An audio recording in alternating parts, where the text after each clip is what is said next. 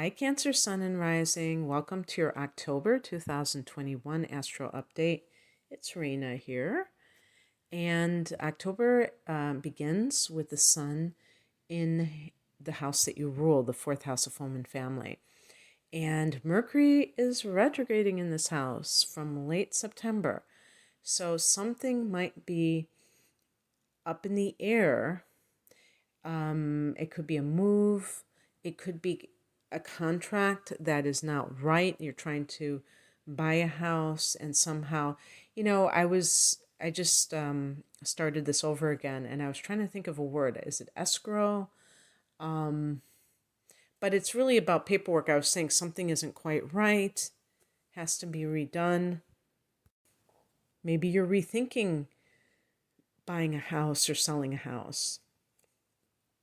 I would say that it's more likely buying a house only because there's going to be a new moon in this sector in early October, but beginnings, endings, they're also similar that who really knows. But yeah, something in this area that needs some kind of balance, correction or something. It could be going on, or maybe it's just inside of yourself that you're kind of like not sure that you want to proceed. This could be some kind of situation with your mother. Maybe it's a misunderstanding. She thinks you're saying one thing, you're thinking another. It doesn't have to be like an argument misunderstanding, but simply something that you had planned to do and you're not on the same page for whatever reason. Just a snafu, something like that. Maybe it's like getting back in touch with your mom after being apart for a certain amount of time. Also, the fourth house is childhood, so revisiting childhood issues could be also in the picture. On the 6th, Pluto goes direct at 24 degrees of Capricorn. So there's another cardinal sign. Got these cardinal signs really showing up for you this month. And this is your opposite sign. So this is in the opposite house. And I have said this many times that I have personally known somebody in the sign of Cancer who ended a long-term marriage. So, of course, that's just one person. And, I can't assume that this is going to be true for everyone, but certainly with the planets that have paraded through that seventh house, I wouldn't be surprised if some of you who are either Cancer, Sun, or Rising have likewise experienced leaving a marriage. Either you're leaving or the other person is the one who makes that choice, sometimes after many years. And this is because, Pluto is doesn't take any prisoners. This is very difficult stuff, but it's very transformative. That's the key word that you want to look for, is transformation. And really, with the seventh house, it's important because, if you get lost in a relationship and you lose who you are, that doesn't help you with your life, because you're living somebody else's life, codependency and that kind of thing. So sometimes people have to take a very decisive step, and they may not want to do it, but they feel that that's their only way of being able to achieve their independence. And so they might do so reluctantly, for sure. But yeah, that's going on, and that may be affecting you. And like I said, you had Saturn through here as recently as last year, or even I think even for a time, I don't know, time has been going so fast, but in recent months. So, um, the whoever whatever is going on for you, there might have been like an internalized thing with Pluto retrograding, and now the outward signs of what Pluto represent can be more apparent. Um, on the 6th, the same day as this Pluto direct, we have the new moon at 13 degrees of Libra, and that's in the fourth house of home and family. Now, are these two things unconnected? I don't think so. We're looking at the area of childhood and the family of origin, and the area of Pluto turning direct, the marriage or the committed partnership. So, um, for some people, that new moon could be like a trial separation. The reason I'm saying separation rather than like total, you know, going both people going their own ways, is because Mercury is retrograding still at this time. So there might be something tentative, like you're saying, let's try this out. And that really is one of the things that you can do and reap the benefits from with Mercury retrograde, is a trial of something that is flexible, that doesn't have, the kind of consequences. And really, I think that unless you have a very bad situation, it is a good idea to separate from a partner before you fully leave, because sometimes we are going through things ourselves and we're projecting them onto the other person.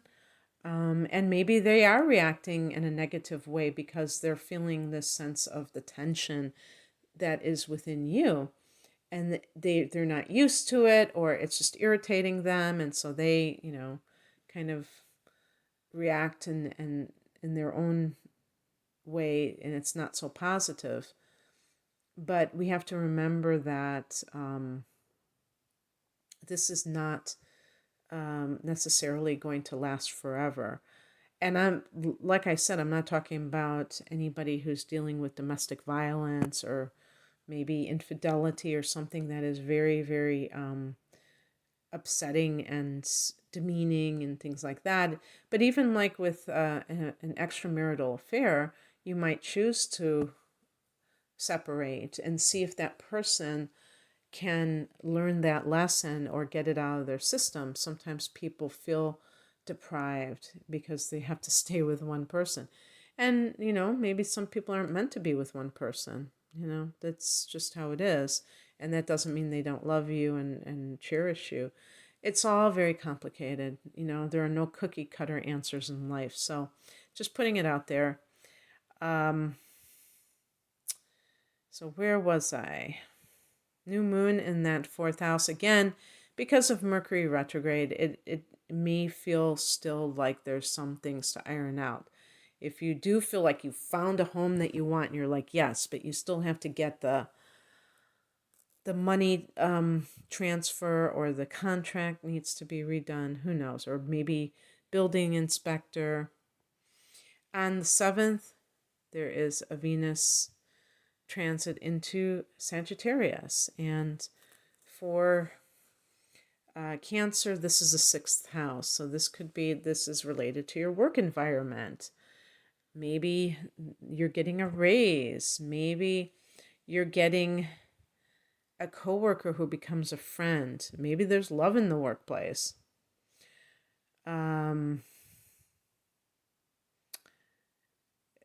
Maybe you're having your office repainted. So they're beautifying your office, renovating in something that's like more just to make it look nicer. Just harmony with coworkers, money, The 6th house is health. You might be embarking on a diet or an exercise program or both that is because you really want to improve your appearance. Maybe you're investing in high-priced health-related doodads, machines, or what have you. On the 10th, Saturn goes direct at 6 degrees of Aquarius.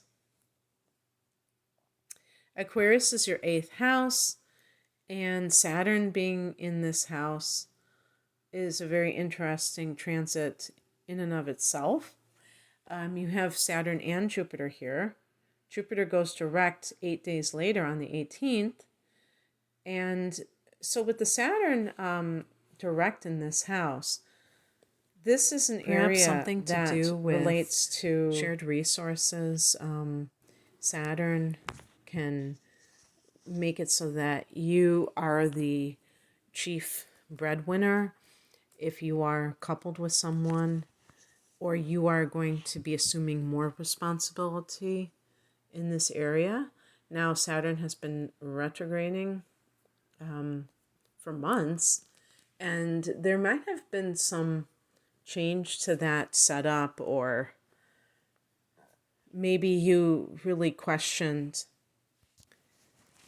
the necessity or rebelled against it. This is also about paying debt, so structuring debt, other people's that money kind of thing, and things like that. Perhaps going off your schedule, and now getting back into it and trying to be very organized about taking care of this. And in terms of any kind of career objective, this can be in occult matters. So any kind of profession that involves the looking at hidden matters, shadow work, even like more mainstream professions like I was going to say astrology, I meant psychology, counseling, can be indicated. And maybe there's been some kind of like, what do I really want to do? Where does my ambition lie? And looking at it from the long term. And I could see either version of that. Sometimes people would take the more conventional route with Saturn being here and thinking, well, I don't know if reading tarot cards is something that I really feel is going to be a profession for me. Maybe I should just go into mainstream counseling and go back to school and get a master's in psychology or whatever it is. But the other thing too is this is the area of shared resources in the terms of like inheritances. So, and also like, I mean, it could even be like if you are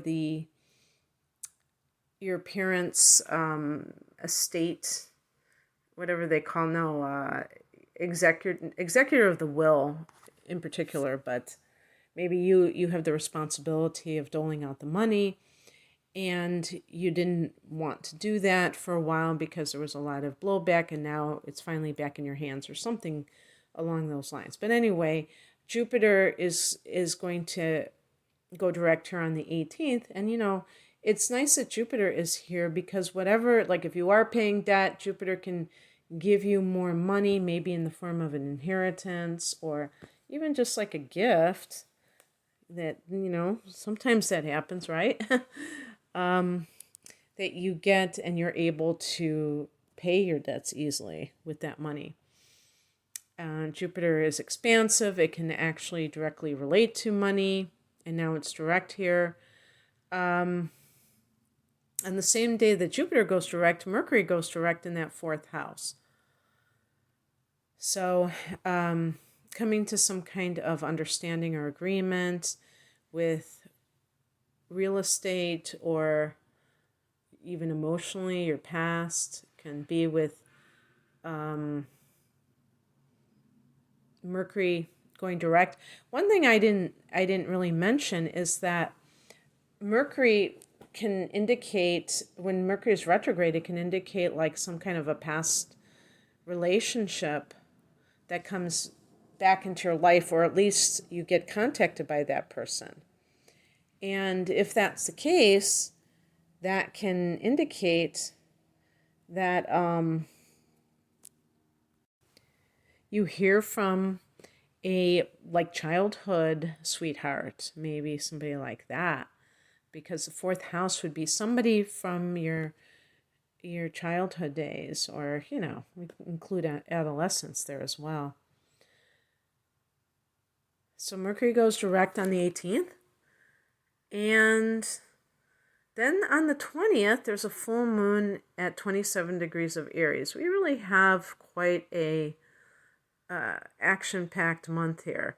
More cardinal energy, my goodness gracious. And this is going to be in your career sector. So that's the 10th house. So you have Venus in the 6th house of work and the full moon in the 10th. This can be recognition. This can be a promotion. Maybe that is where that raise is coming from, is because you're getting a promotion. Recognition in your career. Some people may be retiring. There are different phases of life. There are people listening to me who are in that phase of their life. So whatever that means to you, it's coming to a fruition, a close, something heightened. On October 23rd, the sun goes into Scorpio, so we get into that Halloween-y time of year. I love that little phase or period of time, in late October, early November, when we have the Day of the Dead and Halloween and that kind of thing, because it's, at least where I live, we have fall. We have an actual autumn. So it's, the leaves are off of the trees and they're crunching on the ground, and it gets dark early, and there's like this chill in the air. It's just like perfect for what it's supposed to be. I don't know how you people down under do it with, the spring and Halloween. That that just seems so bizarre to me. But anyway, so the sun goes into Scorpio on the 23rd, and then Mars goes into Scorpio on the 30th. So you're a Cancer. This is a fellow water sign. It's ahead of you, so it's a 5th house. Well, this is a fun place to hang out, the 5th house. This is the house of pleasure. This is the house of romance and creativity. Again, I mean, people who have been dealing with a divorce, leaving a partner, even separation, you may feel like, hey, I'm separated. I don't have to answer to anyone. So you might feel that sense of freedom to be able to do what you want to do when you want to do it. And so this can also just involve, regardless of your relationship status, you can just be going out, and Mars is very physical. Maybe you're doing some kind of competitive sport. I know in Chicago, I think they're having the marathon in October, but it's not at the end of October. I don't think. I don't know. Maybe it is. Maybe, with all these changes with the schedules, it could be, but it doesn't matter. I mean, the point is that you might be doing something that is very competitive, or just very active in your enjoyment of life, going to concerts, whatever floats your boat. If you're artistic, being very passionate about that. So I think it ends on a very fun note, and then you're going to have more of the same in November, when you have more of that Scorpio energy, in this area. So I hope that you enjoyed this, Cancer, and thank you for listening. If you would like a private reading, The link is below. I have double readings, which are a good deal because they're full-length readings, and I have a deep dive reading, which is an hour of the natal analysis, like I'm doing here, but with all the different placements, along with an hour of transits for the upcoming 12 months. And then I have like a combination natal chart analysis with, what do you call it? Tarot reading, full length tarot reading called the Whole Enchilada. And I have other types of readings at the link below. I'm at RainaMoonAstrology.com. Thanks for listening once again. Take care. Bye.